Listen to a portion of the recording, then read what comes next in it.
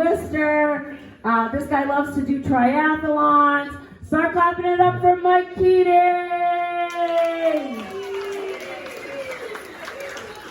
Oh, thanks everybody for coming tonight. This is a great way to say goodbye to the holiday season. How many of you are glad that the holidays are over? Yeah. How many of you had COVID over the holidays? Yeah. Now, how many of you have ever used COVID to get out of something you didn't want to do? Yeah. Like when somebody you can't stand comes charging at you full speed wanting a hug, they're like, hey, bring it in. And you're like, not so fast, social distancing, you gotta keep back 12 feet. Wait, what do you mean 12 feet? The government says 6. Yeah, but assholes are twice as contagious. The thing about this illness thing is that we didn't get a break from it over the summer thanks to all those Canadian wildfires causing air quality issues around here. Now they had me really worried because my older brother lives in Canada. And at one point I called him to see how he was doing. And so naturally we talked about climate change, and then he told me more than I ever wanted to know about Canadian politics and Prime Minister Trudeau. And then finally, we ended up in this weird discussion about whether the F word or the C word is more offensive. And I said the C word, hands down. I can drop the big F pretty much anywhere and people don't even notice.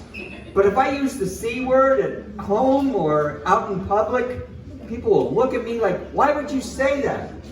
My brother said, well, it's a lot different around here. Many Canadians are really triggered by the F word. They associate it with US imperialism. And I'm like, bro, stop it. I know several Canadians, I've never heard that one before. It sounds like you're busting my chops like you always did when we were kids. And he's like, seriously? You're whining about shit that happened decades ago? Please. And so we went back and forth like that for about 5 or 10 minutes until we realized how stupid we were sounding, arguing over nothing. So now we have an understanding. When he comes to the States, we use Fahrenheit. When I go to Canada, we use Celsius.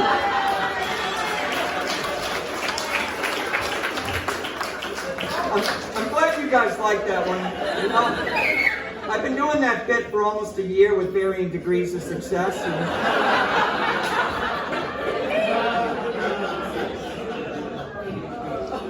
I wanted my wife to come with me tonight because she's Irish and she would have loved it here, but I couldn't talk her into it, and I am so disappointed because I am a much better person from having her in my life these last 40 years. I mean, before she came along, I had like zilch for people skills and even less self-awareness.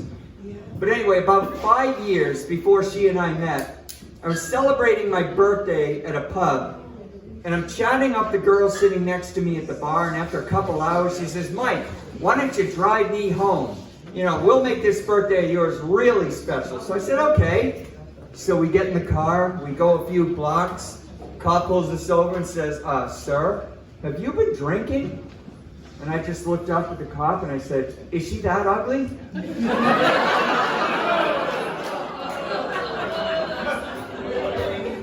Anyway, just before I left the house, I was actually chatting with my son. Now, I always enjoy catching up with him whenever I get the chance. And I'm really proud of the way he's turned out. Happily married, 2 kids, nice house, great job. Although there is a small catch. His employer has such a fantastic reputation that everybody in the world is constantly hitting him up for a job. And at this point, he is like beyond fed up. I mean, you guys should have heard him having an absolute meltdown just a couple weeks ago. Dad, for the 10th time, I'm not going to hire you. All right, how many of you have ever worked for somebody young enough to be your son or daughter? Well, it first happened to me about 15 years ago, and honestly, I didn't do very well with it at first. Of course, it didn't help that my supervisor at the time was a complete jerk. Half my age, and yet he's playing the experience card on me. You know, Mike, this isn't my first rodeo. No shit, you've been riding my ass non-stop. Anyway, these days I'm retired, but I do occasionally work part-time. In fact, I was recently a lifeguard at a local health club, And oftentimes, I would open their pool at 5:30 in the morning, which wasn't helpful to my comedy. But anyway, you know, at that hour, you're dealing with type A personalities on steroids. I mean, once I was accidentally late. Immediately, this irate member starts giving me a hard time. He says, "Oh, you think those 5 minutes don't matter? Well, think again. I work in Boston. Do you have any idea how much commuter traffic can change in that short amount of time? Why can't you better understand what people like us go through?" And I said, "Well, why didn't you hire me when I sent you my resume?" Yeah, that didn't go over well. Oh, he gave me a dirty look. He started coming toward me in a real threatening manner. He's like, "Dad, don't start that shit again."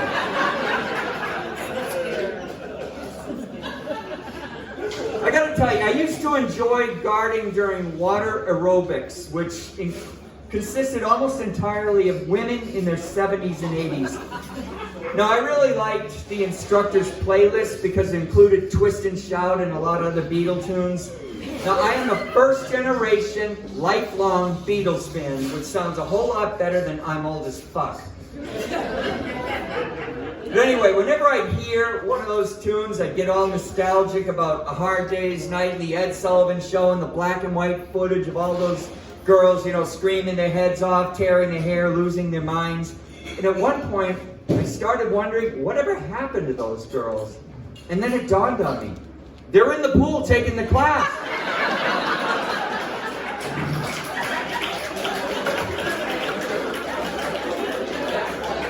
Well, it wasn't my favorite job, though. I mean, I particularly disliked enforcing rules, because people do not like to be told what to do. For instance, everyone must shower before getting in the pool. Now, you wouldn't believe some of the pushback I got, like, "I don't want to get wet."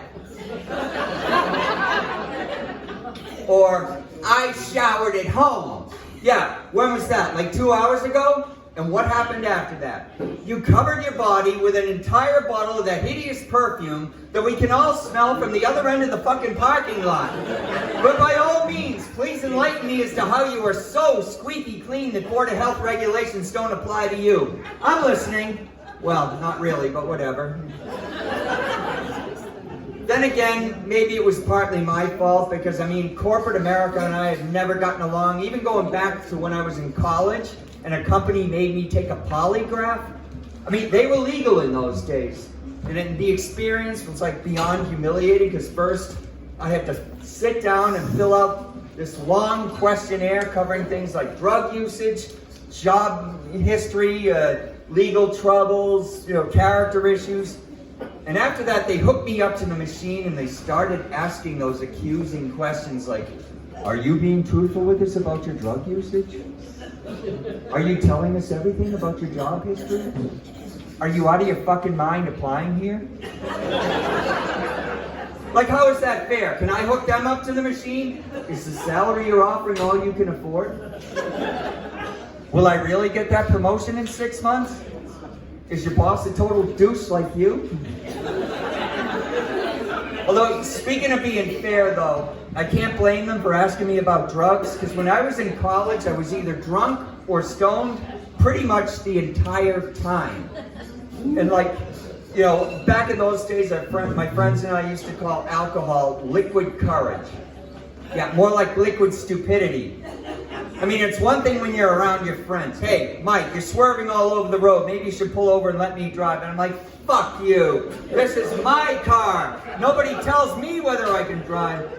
But man, it can get really messy when you're dealing with strangers. Like, I went to a nightclub once, and I got in a big argument with another customer. You know, first we're shouting, then we start shoving, and finally we're throwing punches. I mean, by the time I realized what I got myself into, I already had a broken nose, a bloody lip, and 2 loose teeth. Then her boyfriend showed up and things got worse. So after I got tired of fights and hangovers, I switched to pot. Now, my one memory of being stoned was getting deeply philosophical about the original Star Trek series. What if Dr. McCoy had grown up on Vulcan instead of Spock? What if Spock could join the Romulans instead of the Federation. Hey, Mike, you're swerving. Why don't you let me drive? I'm like, wait, what? I thought you were driving. Oh, can you believe that it's been almost 12 years since voters in this state first approved the use of medical marijuana? 1 week before the maker of Twinkies went bankrupt? You can't make that shit up. Anyway, these days, I'm really conflicted on pot. I mean, I don't want anybody going to jail over it, but at the same time, I don't want to encourage its abuse. Like, you know, last Halloween, I had a trick-or-treater come to my door dressed as a pot plant. All right, call the old-fashioned, but no, I'm not giving candy to anybody wearing that costume. I did what I thought was right. I gave him a giant bag of Doritos.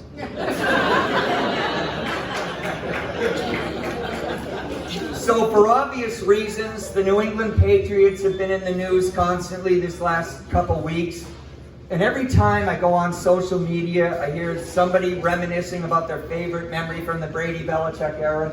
Well, mine is when they whooped the Raiders when they played them in Mexico City, where the stadium was like 1.5 miles above sea level. The highlight for me was Steven Gostowski setting the franchise record by kicking a 62-yard field goal. Now let's think about that for a minute. He literally pulled 3 points out of thin air.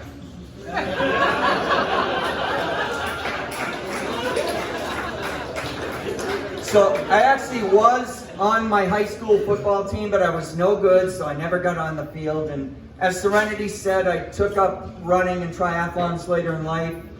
And I still do races. I've actually done the Boston Marathon several times. Yeah.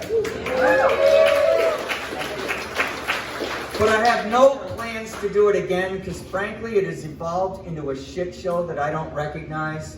The problem is that so many people want to do it that the Boston Athletic Association almost always has to turn away quality athletes. And when that happens, there is a lot of resentment toward charity runners. You know who I'm talking about, people who get bibs in return for raising money. Well, I was a charity runner, but I still understand the resentment because these organizations have no regard for speed or even fitness level. Like, I actually saw a guy who was well into his 90s, made me look young, and he was slumped way over, dragging himself painstakingly slowly forward. I mean, God love him for being dedicated, but that was tough to watch. Stupid asshole beat me by 30 minutes. And the last time I did it was no fun. I mean, I had a runner in front of me. His shorts were too big for him, so they were riding halfway down his butt. It was kind of gross. I later found out that he actually got arrested when he crossed the finish line. Well, I mean, he had 30 pounds of crack in plain sight.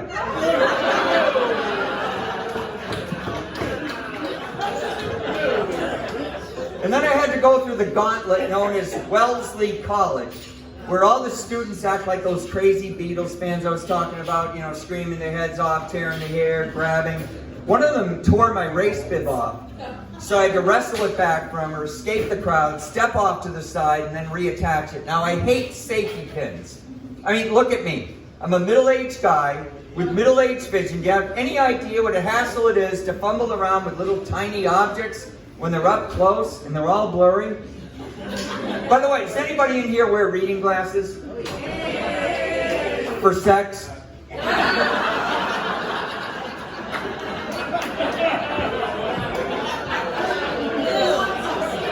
You know, on second thought, I'm glad my wife's not here. Can you imagine her raising her hand?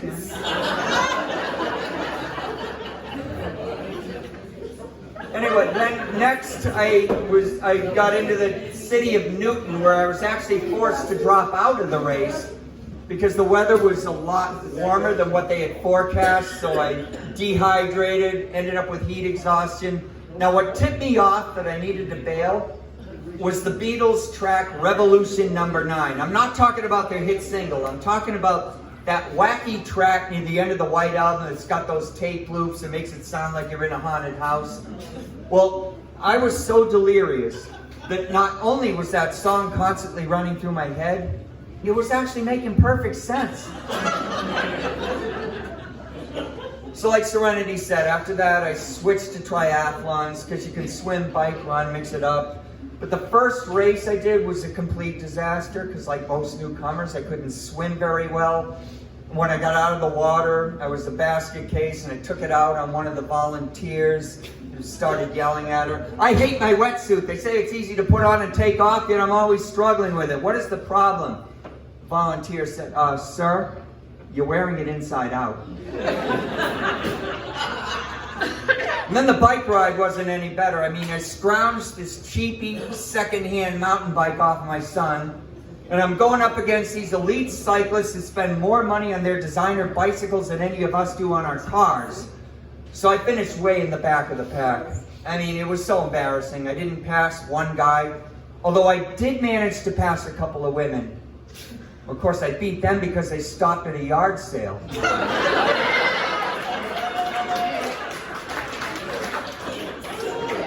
You know, not too long ago, I was doing a fundraiser in Wellesley, and that last joke absolutely backfired on me. I mean, it was so awkward because the people in the audience were looking at each other really confused, like, what the hell is a yard sale? So, after that experience, I took a triathlon training class, and the first day I'm waiting by the pool. Instructor comes out and she says, okay, we got 4 lanes to use, so let's have the fast swimmers in lane 1, the average swimmers in lane 2, and the slower ones in lane 3. Mike, you grab the 4th lane. By the way, your wetsuit's inside out. So fast forward a few years, and I have my triathlon friends trying to talk me into doing Ironman Lake Placid next summer.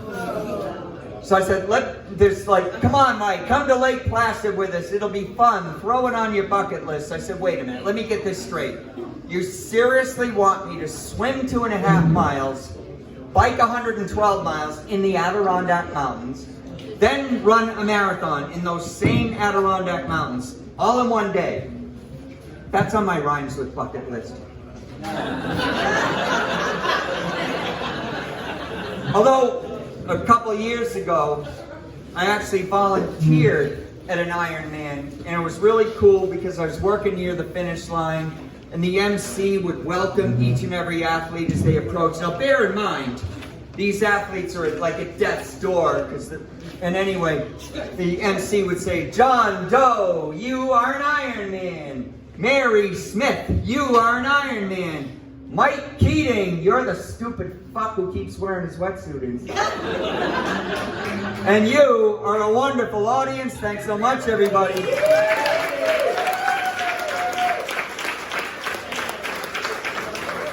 All right, let's keep it going.